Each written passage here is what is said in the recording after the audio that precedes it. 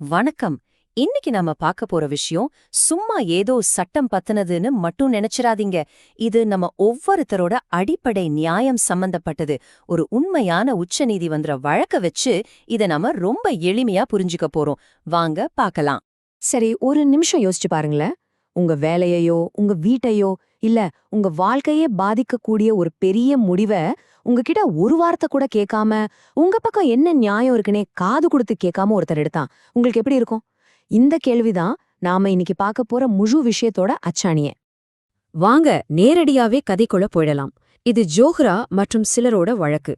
நிஜ வாழ்க்கையில நடந்த ஒரு சம்பவம்.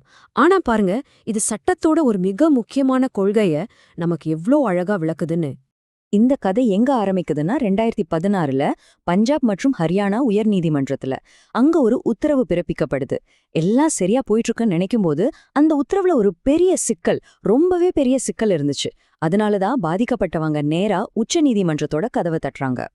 பாதிக்கப்பட்டவங்க சும்மா ஒருத்தர் 2 பேர் இல்ல, மொத்தம் 73 பேர்.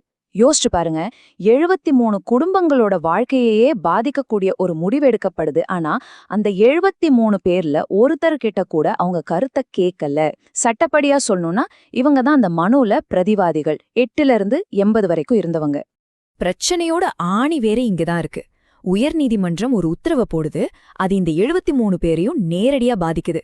ஆனா நீதிமன்றமே என்ன சொல்லிச்சு தெரியுமா? அதுதான் இங்க ஹைலைட். இந்த 73 பேருக்கும் நோட்டீஸ் அனுப்பி அவங்க தரப்ப கேட்க வேண்டிய அவசியம் எங்களுக்கு தோணல அப்படின்னு ரொம்ப வெளிப்படையா சொல்லிட்டாங்க.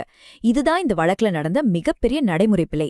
தங்களுக்கு ஒரு பெரிய அநீதி நடந்திருக்குன்னு உணர்ந்த அந்த 73 பேரும் சும்மா இருந்துடல. தங்களுக்கு ஒரு நியாயமான விசாரணை வேணும் அப்படின்ற ஒரே ஒரு கோரிக்கையோட நம்ம நாட்டோட உச்சபட்ச நீதிமன்றமான சுப்ரீம் கோர்ட்டுக்கு போனாங்க. இந்த தேதிகளை கொஞ்சம் பாருங்களேன். 2016ல ஆரம்பிச்ச ஒரு போராட்டம் 2018 கடைசியில தான் ஒரு முடிவுக்கு வந்திருக்கு. கிட்டத்தட்ட 2 வருஷத்துக்கும் மேல தங்களுக்கு நடந்த ஒரு நடைமுறை பிழைய சரி செய்ய அவங்க போராடியிருக்காங்க. இது எவ்வளோ பெரிய சட்டப்பயணம்! சரி, இப்போ உச்சநீதிமன்றம் இந்த வழக்கை எப்படி பார்த்தாங்க?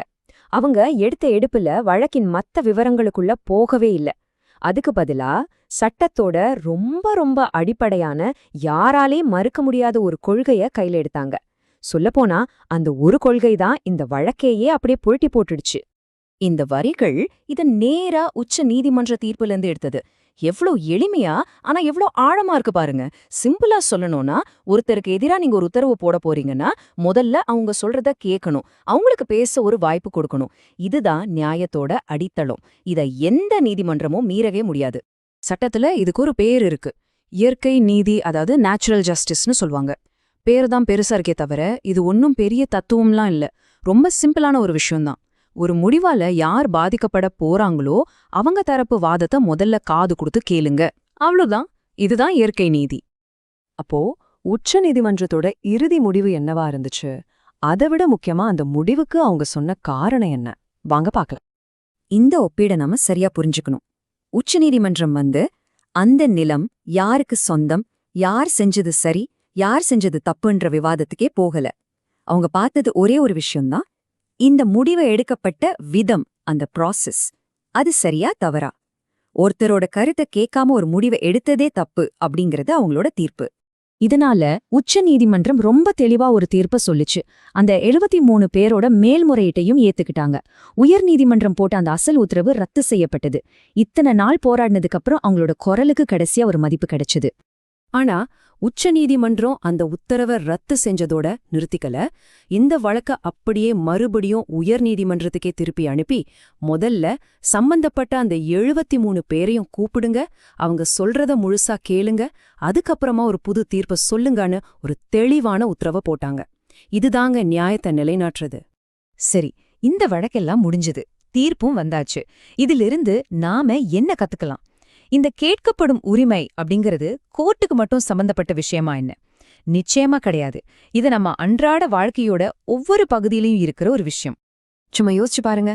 நீங்க வேலை செய்யற இடத்துல உங்களை மேல ஒரு புகார் வருதுன்னு வச்சுக்கோங்க. உங்ககிட்ட விளக்கம் கேட்கணுமா வேணாமா? உங்க ஏரியால ஒரு புது ப்ராஜெக்ட் வருதுன்னா உங்க கருத்து கேட்கணும்.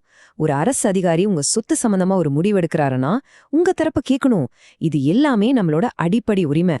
கடைசியா இந்த வழக்கு நமக்கு ஒரு அருமையான பாடத்தை கத்துக் கொடுக்குது.